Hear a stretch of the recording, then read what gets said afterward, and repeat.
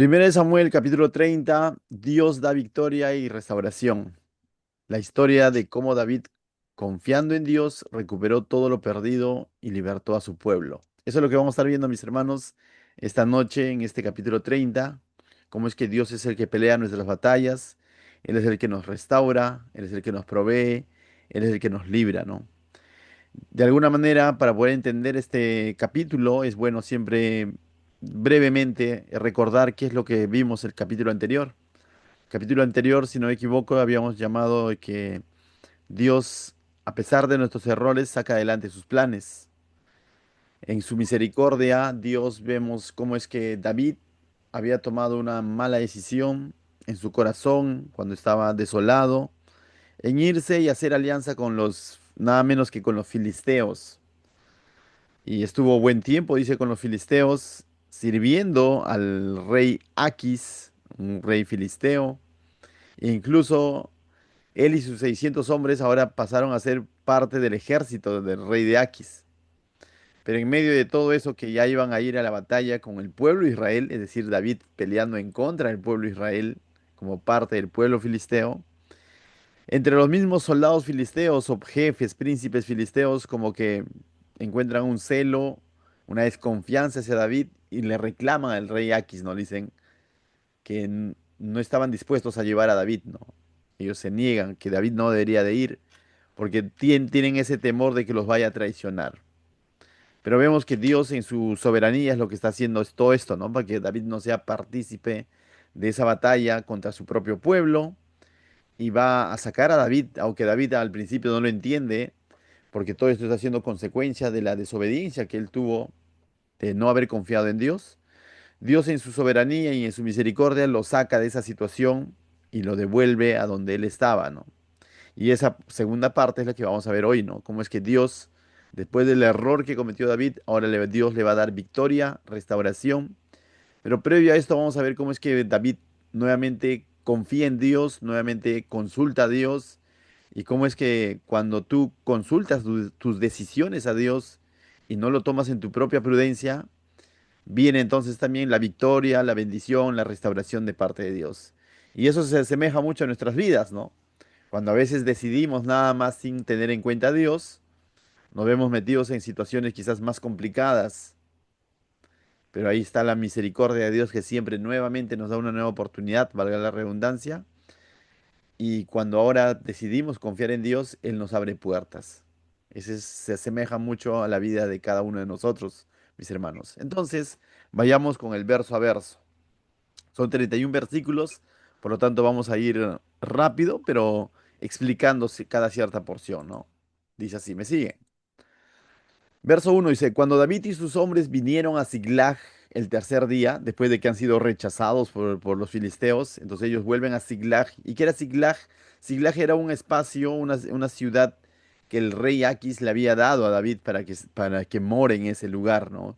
Y en ese lugar ellos habían dejado a sus esposas, a sus niños, y, y David se había ido junto con el rey Aquis, ¿no? A poder a ir a la batalla, ¿no? Pero ahora él está regresando con sus 600 hombres y dice lo siguiente, ¿no? Cuando David y sus hombres vinieron a Siglag el tercer día, los de Amalek habían invadido el Negev y a Siglag. El Negev viene a formar parte del pueblo de Israel, o en aquel entonces, ¿no? O de la tribu de Judá, exactamente.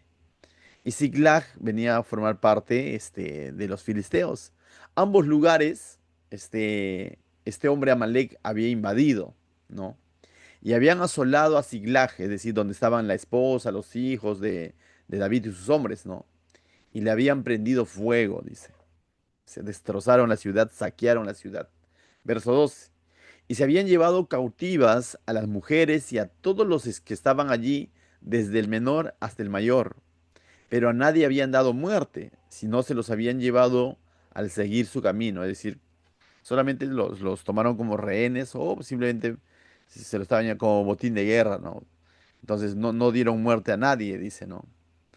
Entonces vino pues David con los suyos a la ciudad y he aquí que estaba quemada y sus mujeres y sus hijos e hijas habían sido llevados cautivos.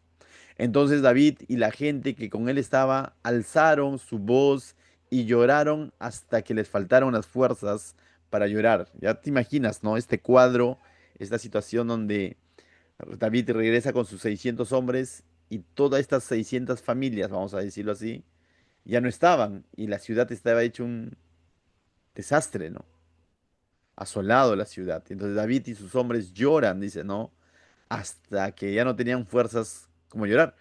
Y es uno esto, para poder entenderlo, es siempre bueno meternos en la película, por así decirlo, ¿no? Imagínate si tú fueras uno de esos hombres, vuelves a tu ciudad y de pronto ya no están los tuyos, tu familia, tus hijos, tu esposa, ya no están, simplemente no sabes a dónde se lo han llevado. Y tú no sabes, si, aunque la Biblia dice que no le dieron muerte, pero tú no sabes si los han matado en el camino, qué han hecho con ellos. Y si todo está destrozado, ya te imaginas la situación en la que se encontraba David. Todo esto como consecuencia de la decisión que él tomó, porque él tomó esa decisión de ir a ese pueblo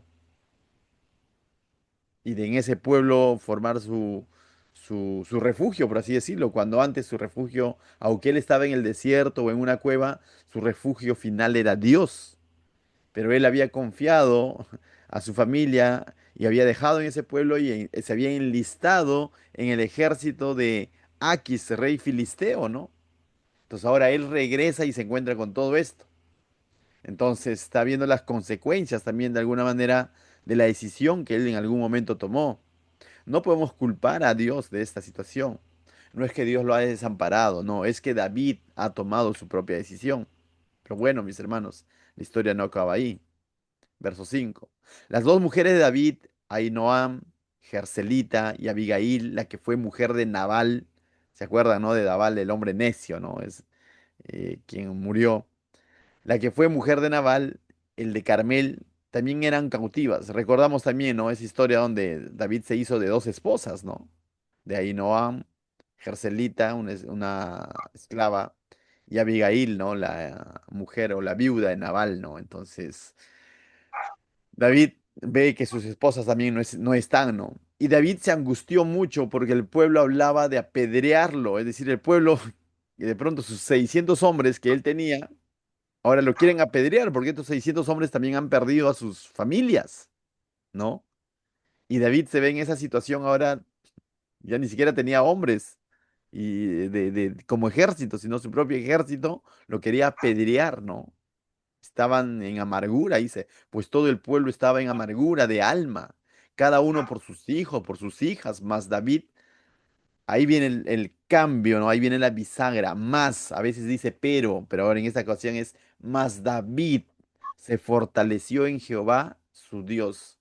De pronto David se acuerda que él ha sido ungido, ha sido protegido, ha sido llamado tiempo atrás por el Dios de Israel, por Jehová de los ejércitos, por el yo soy. Y ahí imagino, ¿no? David no ve otra que volver a Dios y se acuerda que tiene un Dios. ¿No te ha pasado alguna vez? Cuando te has metido en problemas y la has malogrado, la has embarrado más, tanto así que todo apunta a que tú eres el responsable, el culpable. No es que te han hecho injusticia, no es que te han hecho daño, no. Tú te das cuenta que tú tenías que ver y tú te has metido por completo en esa situación, la has embarrado, como se dice.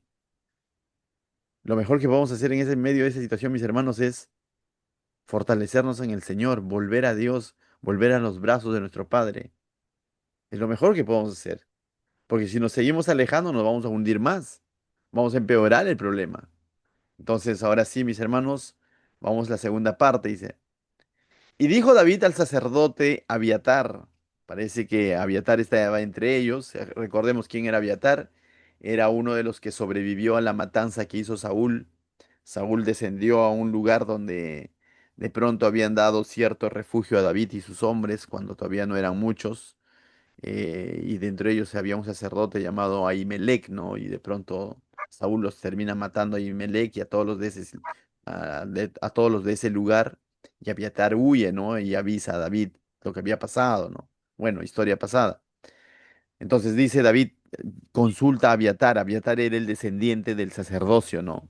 Dice, yo te ruego que me acerques el efod. El efod era la túnica o esta vestimenta que pertenecía exclusivamente al sumo sacerdote.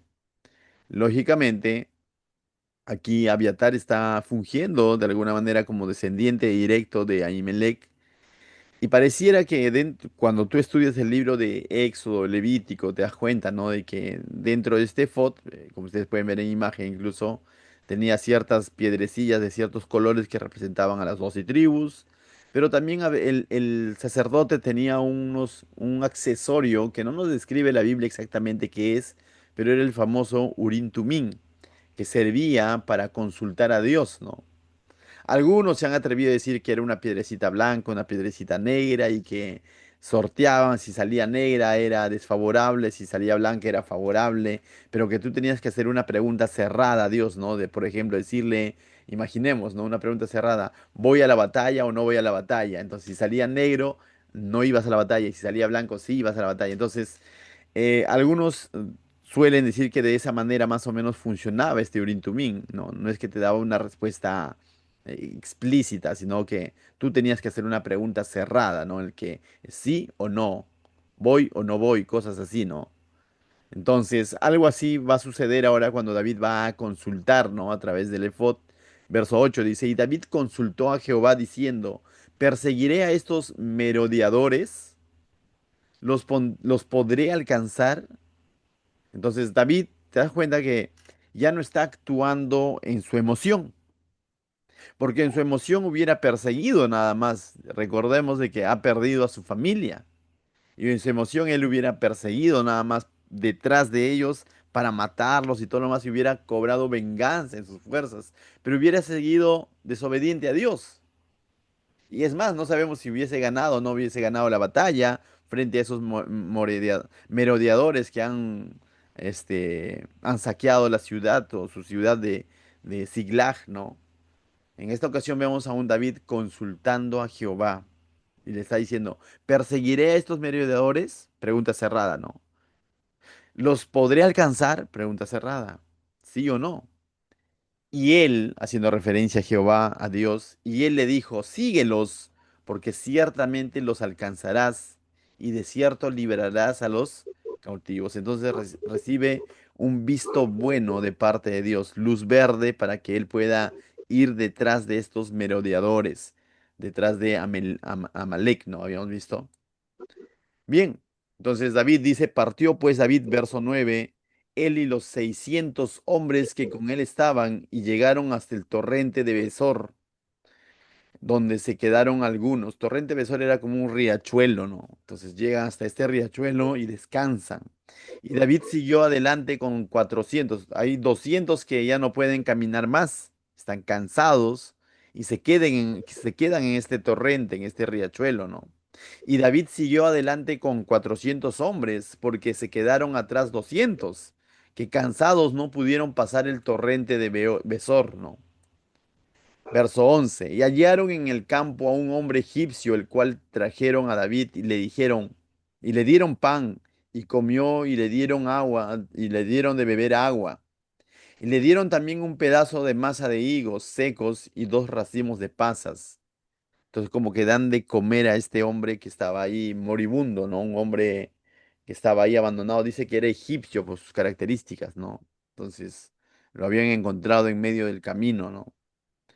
Y luego dice que comió, volvió él, a él su espíritu, es decir, recobró ánimo, recobró vida. Eso significa que volvió a él su espíritu, como que estaba a punto de morir, estaba moribundo, y ahora ya se recupera, porque no había comido pan ni bebido agua en 3 días y 3 noches. Ya te imaginas, porque este hombre estaba en esas condiciones, ¿no? No había comido 3 días, 3 noches, ¿te imaginas?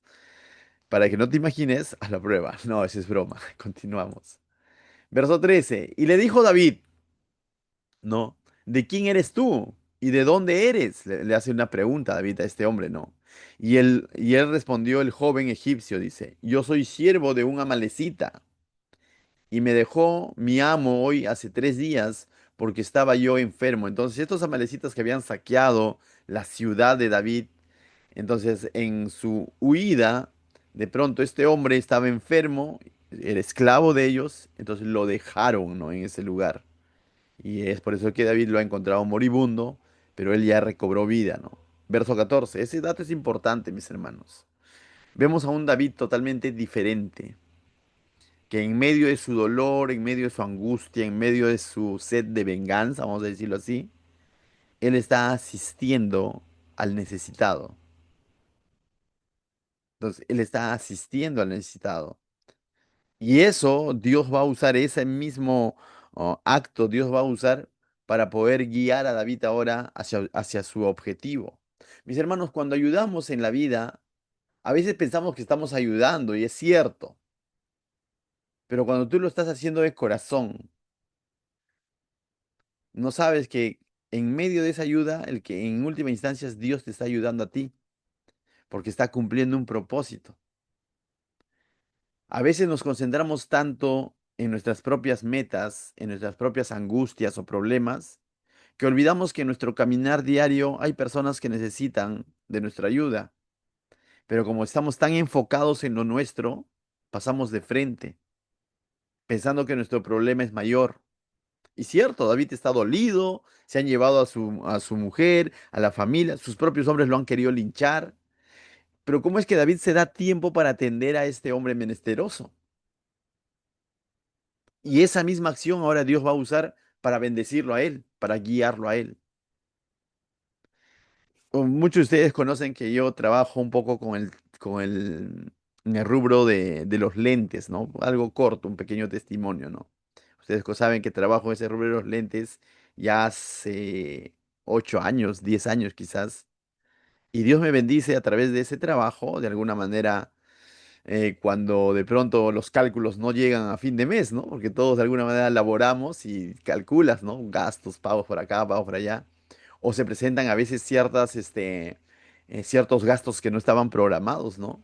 Y una de las maneras como Dios me bendice, yo los digo como testimonio, es a través de ciertas ventas de lentes que me salen sin que yo lo haya planificado. Me llega una llamada, un WhatsApp o un profesor, para que le fabrique su lente a mi mamá, qué sé yo. Entonces yo digo, gracias Dios, porque yo no he buscado a ese cliente, tú me lo estás enviando. Pero a donde yo iba al punto que yo quería llegar con este testimonio, mis hermanos, es de que todo eso comenzó en mí de poder dedicarme a ese rubro como algo paralelo para apoyarme a mi economía. Cuando en algún momento, hace muchos años atrás, quizás 13, un poco 13, 12 años atrás, este, se me presentó la oportunidad de ayudar a un joven que quería hacer campañas visuales aquí en Pachacútec. Un viejo amigo me llamó y me dijo, ayúdale a tal como un jovencito porque está haciendo sus prácticas, hace campañas visuales y búscale lugares, mercados para ayudarlo, ¿no? Entonces yo en ese momento lo ayudé porque yo vivía en Pachacútec. Y eso no habrá sido más que 6 o un año, quizás ya, 6 meses, un año. Y por ayudar a este joven, que ya ni siquiera está en Perú, ya se fue, de- este, el Señor hizo que yo me meta al rubro óptico. Y cómo eso que en algún momento quizás yo nunca me imaginé estar involucrado en el rubro óptico y que el Señor me iba a bendecir a través de eso, pero esa ayuda se convirtió al final en bendición para mí. ¿Me dejó entender? Y así quizás cada uno de ustedes puede tener un testimonio, ¿no? Donde ayudaste a alguien en algo y al final repercutió en una bendición para ti, ¿no? Entonces, esta historia me hizo acordar eso, ¿no? Porque David está en medio de su situación. Él podría decir que voy a tener tiempo para ayudar a este menesteroso. Continuemos, ¿no? Porque ya se nos escapan el enemigo, los que han saqueado nuestra sociedad. Pudo haber dicho, pero no. Se detuvieron, él y sus hombres dieron de beber, de comer a este hombre. Y mira cómo es que Dios ahora va a usar esa situación. Verso 15. Y él dijo, este hombre, ¿no? Que ya está recuperado. Me llevarás tú, no, David dice, ¿no? Y le dijo David, me llevarás tú a esa tropa. Y él dijo, júrame por Dios que no me matarás, ni me entregarás en mano de mi amo, y yo te llevaré a esa gente. Finalmente Dios va a usar a este hombre, a quien David ha ayudado en medio de la situación, para que lo guíe hacia su objetivo, ¿no? ¿Qué hubiera pasado si David pasaba de frente, quizás? ¿Hubiera llegado a alcanzar a los enemigos? Probablemente no, no sabemos. Pero Dios está usando todo esto para poder cumplir lo que Él le ha dicho. Si los alcanzarás y si los vencerás. Amén. Entonces, mis hermanos, todos tenemos dificultades, todos tenemos necesidades, pero sabes, en medio de ese caminar en esta vida, Dios va a poner personas, situaciones donde Dios va a trabajar tu corazón, tu desprendimiento, tu solidaridad, tu generosidad, tu empatía, tu tiempo, y no nos neguemos a hacerlo. A veces pensamos que estamos tan ocupados en lo nuestro que nos olvidamos que hay personas que necesitan. Amén. Continuamos. Versos 16 y 17. Lo llevó pues, y he aquí que estaban desparramados. Mira, justo este hombre lo va a hacer llegar en el momento preciso. Lo llevó pues, y he aquí que estaban desparramados sobre toda aquella tierra. Desparramados significa, es una expresión de que desarmados, no estaban con la mano sobre la espada, sino estaban relajados, ¿no? Pensando que ya han huido, se salieron con la suya, estaban entonces, mis hermanos, lo van a agarrar entonces por sorpresa, ¿no? Desprevenidos.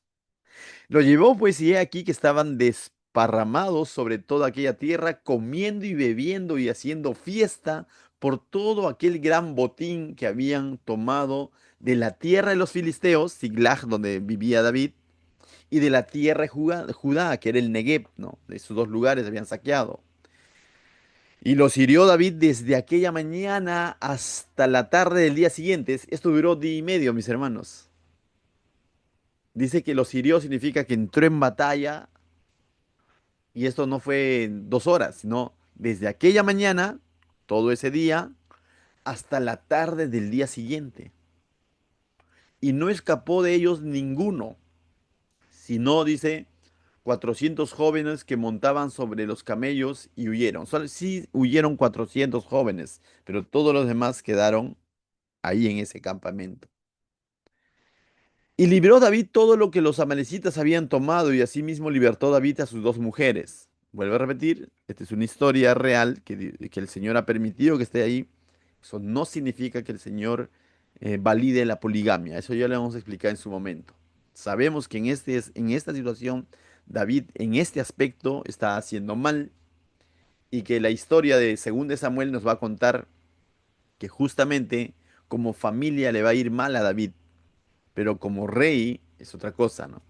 Bien, continuamos. Verso 19.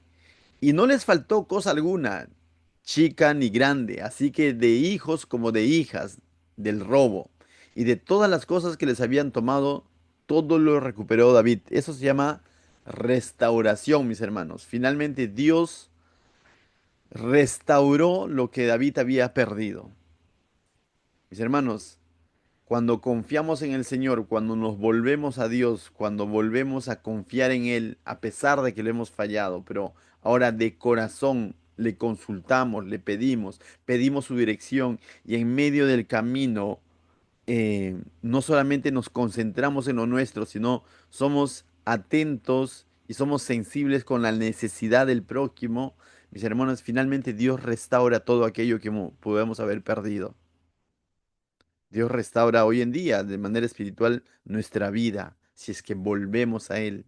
Lo hizo con David, restauró todo, y no solo David y sus 600 hombres. De lo que querían apedrearlo, ahora cada uno está alegre, contento porque lo han recuperado todo. Pero todo esto es que gracias a Dios. ¿Dónde comenzó todo esto? Cuando en medio de su dolor, en medio de su angustia, David retomó su mirada a Dios. Lloró de tal manera que pidió la ayuda a Dios, pidió la dirección de Dios. Amén. Verso 20. Tomó también David todas las ovejas y el ganado mayor, y trayéndolo todo delante, decían, este es el botín de David, ¿no? Entonces, este es como que ahora ellos tenían ese botín, ¿no? Verso 21. Y vino David a los 200 hombres que habían quedado cansados y no habían podido seguir a David. ¿Se acuerdan que en el riachuelo se habían quedado 200 de sus hombres? porque estaban en cansancio. Mira, que vemos otra enseñanza interesante. A los cuales habían hecho quedar en el torrente de Besor. Y ellos salieron a recibir a David y al pueblo que con él estaba. Y cuando David llegó a la gente, le saludó con paz. Es decir, David no estaba resentido, ¿no? Vemos a un David distinto. No estaba resentido como diciendo, ustedes, ¿por qué no fueron cobardes o débiles? No les dijo eso, sino dice, volvió y los saludó como con paz. Esto solo lo puede hacer Dios. Entonces David no solamente está recuperando lo externo, también su corazón nuevamente está confiando en Dios. David se está dando cuenta que él no es quien para juzgar a estos 200 hombres que por cansancio no pudieron ir a la batalla. Entonces él vuelve con paz. Pero por ahí va a ser inquietado por sus hombres como para que no les den nada a estos. Y vamos a ver cómo responde David.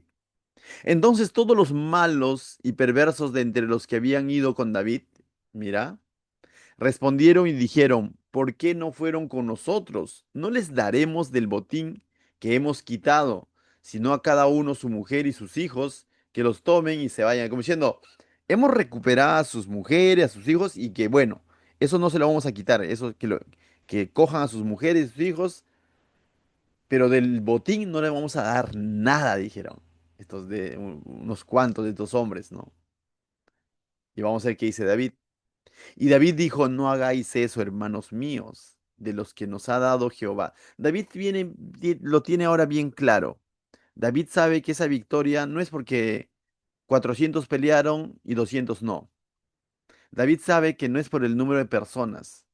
David sabe, dice claramente lo siguiente, de lo que nos ha dado Jehová. David sabe que Dios es el que les ha dado esa victoria y que tienen que compartirlo con los 200 que se quedaron cansados en el torrente.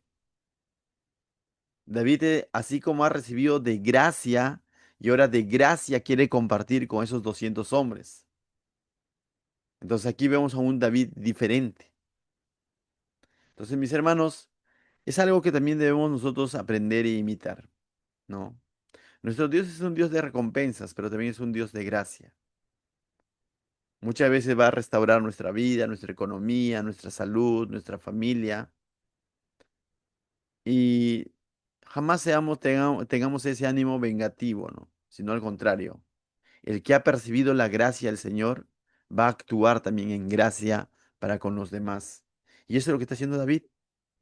Está abriendo su corazón y está calmando a los otros. Le está diciendo, no, no, no. Dice, no hagáis eso, hermanos míos, de lo que nos ha dado Jehová, quien nos ha guardado y ha entregado en nuestra mano a los merodeadores que vinieron contra nosotros. Está diciendo, si Dios es el que nos ha dado la victoria, ¿cómo no vamos a compartir el botín con estos 200 que no pudieron ir por cansancio? ¿Y quién, dice ahí, ¿no? Verso 24, ¿y quién os escuchará en este caso?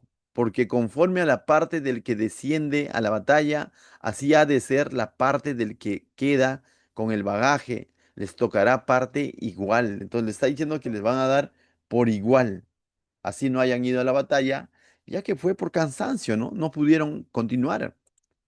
Verso 25. Desde aquel día en adelante fue todo esto por ley y ordenanza en Israel hasta hoy. Es interesante, ¿no? Eso se convirtió en una ley para Israel en el sentido de que más adelante, cuando veamos las batallas, algunos se van a quedar cuidando la ciudad y otros irán a la batalla. Pero cuando traen el botín de guerra, una vez que han vencido la batalla, ese botín se tiene que repartir entre todo el pueblo. No solo entre los que han ido, sino entre los que se han quedado también a cuidar el pueblo, ¿no? ¿Cuándo nació esa ley o ese principio? Aquí, ¿no? Dice, desde aquel día en adelante, dice, fue esto por ley y ordenanza en Israel hasta hoy, hasta el momento que se escribía 1 Samuel, ¿no? Verso 26, y cuando David llegó a Siglag, al pueblo donde él vivía, la ciudad, envió el botín a los ancianos de Judá. Es interesante, ¿no? David no se queda con todo el botín, porque recuerda, estos merodeadores han saqueado tanto Siglag, que estaba en la parte de los filisteos, pero también han saqueado el Negev, que estaba en la parte de la tribu de Judá. Entonces vemos a un David justo, que no se está quedando con todo el botín, sino que está enviando a los ancianos de Judá, les está voy a decirlo así, ¿no? Como que retribuyendo, como devolviendo lo que en algún momento han perdido, ¿no? Dice sus amigos diciendo, he aquí un presente para vosotros del botín de los enemigos de Jehová. Entonces como que lo devuelven, ¿no? Verso 27. Y lo envió a los que estaban en Bet, en Ramot del Negev, en Jatir, en Arroer, en Simot, en Moa. Entonces como que a cada lugar, a cada pueblito, los va a devolver, ¿no? Y pensar que en el capítulo 28, 27, David estaba saqueando ciudades. Ahora vemos a un David devolviendo. Eso es lo que Dios puede hacer, mis hermanos. Eso es lo que Dios hace en la vida de un cristiano. Eh, Cuando no tenemos a Dios, todo es para mí. Aflora nuestro egoísmo. Cuando tenemos a Dios en mente y en nuestro corazón, aflora nuestra generosidad. Ya no todo es para mí, sino con quién más puedo compartir, a quién puedo ayudar. Y eso es lo que está haciendo David. Entonces el Señor no solamente le va a dar victorias externas a David, sino va a realizar una transformación en la mente y en el corazón de David. Verso 29. En Rancal, en las ciudades de Jeramel, en las ciudades de Ceneo, en Orma, en Corazán, en Atac, y nos describe cada uno de estos lugares a donde David retribuyó lo que ellos en algún momento habían perdido. En Hebrón y en todos los lugares donde David había estado con sus hombres. Entonces, como que David retribuye a todos aquellos que en algún momento incluso él los pudo haber afectado. Les va a retribuir el botín. Entonces, realmente vemos a un David restaurado, transformado, ¿no? Mis hermanos, este estudio llevaba por título Dios da victoria y restauración. Y ciertamente eso es lo que hemos visto en este capítulo. Cómo es que un David que en un momento lo hemos visto lejos de la voluntad de Dios, sirviendo entre los filisteos, ahora Dios nuevamente lo ha restaurado primeramente y le está dando la victoria, ¿no? Y ha transformado su corazón, porque vemos a un David misericordioso con el menesteroso que estaba en el camino, misericordioso con los 200 hombres que no pudieron continuar hacia la batalla, justo retribuyendo a cada uno de esos pueblos que en algún momento habían sido agraviados. Eso solo lo puede hacer Dios, mis hermanos. Y eso me recuerda un poco a la historia cuando Zaqueo tiene un encuentro con Jesús. Su vida es transformada. De la misma manera, mis hermanos, mis oraciones son de que tu vida también haya sido transformada y esté siendo transformada. Y entonces, ¿qué enseñanzas podemos sacar de esta historia? Primero, si consideras que has estado tomando decisiones en tu propia voluntad y haciendo tu propia voluntad, valga la redundancia, y han empeorado las cosas, es momento de que vuelvas al Señor. Él restaura y te da la victoria. Primera enseñanza. Segunda enseñanza. Cuando el Señor te restaura y te encamina en los propósitos que Él tiene, recuerda, en el camino vas a encontrar otras personas que también tienen necesidades. No seas insensible a eso. Al contrario, que aflore tu generosidad, que aflore tu misericordia, tu gracia. Ora por esa persona, préstale oído a esa persona. Y si te tienes que desprender, despréndete por esa persona. Recuerda que a veces, aunque tú creas que estás ayudando, en el fondo de todo, el Señor te está ayudando a ti. Te conté mi historia de los lentes, ¿no? Yo creía que estaba ayudando a este muchachito. Y fue 6 meses, o 10 quizás. Y eso para mí ahora se ha convertido 10 o 12 años en el que el Señor me bendice de alguna otra manera, semanal o mensual, a través de ese rubro que yo ni me imaginaba. Entonces, mis hermanos, nunca te niegues a hacer el bien. Amén. Y ahora entiendo cómo es que mejor es dar que recibir. Da de tu tiempo con alguien más, ayuda, y el Señor usará eso para bendecirte. Amén. No lo tomes como una cábala tampoco, ¿no? Porque nuestra confianza final está en el Señor. Y otra enseñanza, mis hermanos, que vimos es cómo es que David, de alguna manera, tuvo gracia y comprensión por estos 200 hombres que no pudieron ir a la batalla. y también les va a retribuir parte del botín. Y lo otro que vemos es cómo es que David comienza a enmendar errores del pasado. Capítulo 28 nos muestra a un David saqueando ciudades. Ahora vemos a un David enviando presentes a esas ciudades, devolviendo lo que en algún momento él o también los mismos amalecitas habían saqueado, ¿no? Vemos a un David haciendo el bien. Mis hermanos, la Biblia, si no me equivoco, en Colosenses dice, no, si antes robabas, ahora ya no robas, sino por lo contrario, compartes. Y ese debe ser el pensamiento de un cristiano. ¿Qué tal si oramos para despedirnos o para dar por finalizado este estudio? Padre, yo te doy gracias, Señor, por tu preciosa palabra. Gracias porque nos muestras, Señor, a través de esta historia, que tú siempre, Señor, vas a tener una nueva oportunidad para cada uno de nosotros, Señor. A veces, tomando nuestras propias decisiones equivocadas, Señor, nos alejamos de ti, Señor. Pero también a través de esta historia nos muestra, Señor, que si volvemos a ti, tú siempre tendrás un brazo abierto, las puertas abiertas, así como aquel padre para el hijo pródigo, Señor, y nos restaurarás y nuevamente nos encaminarás, Señor, y nos bendecirás. Gracias te doy por todo eso, Señor. Bendice a mis hermanos, Señor, en el nombre de Jesús. Amén.